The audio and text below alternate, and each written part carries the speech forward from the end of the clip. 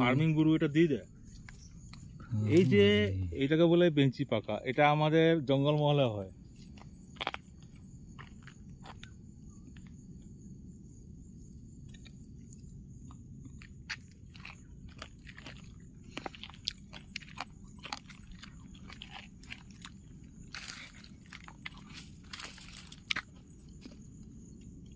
বইচি কে কে খাবে চলে আসো তাড়াতাড়ি, শেষের সময়।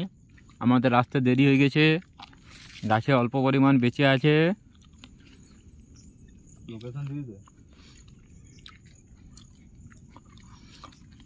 লোকেশন লাগলে কমেন্টে জানান।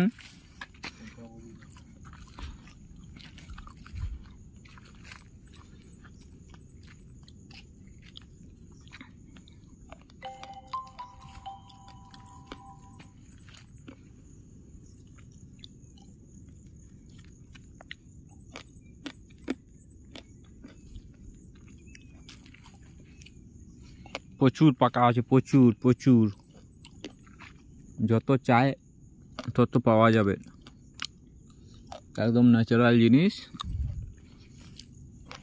আহা কি মিষ্টি, কি মিষ্টি।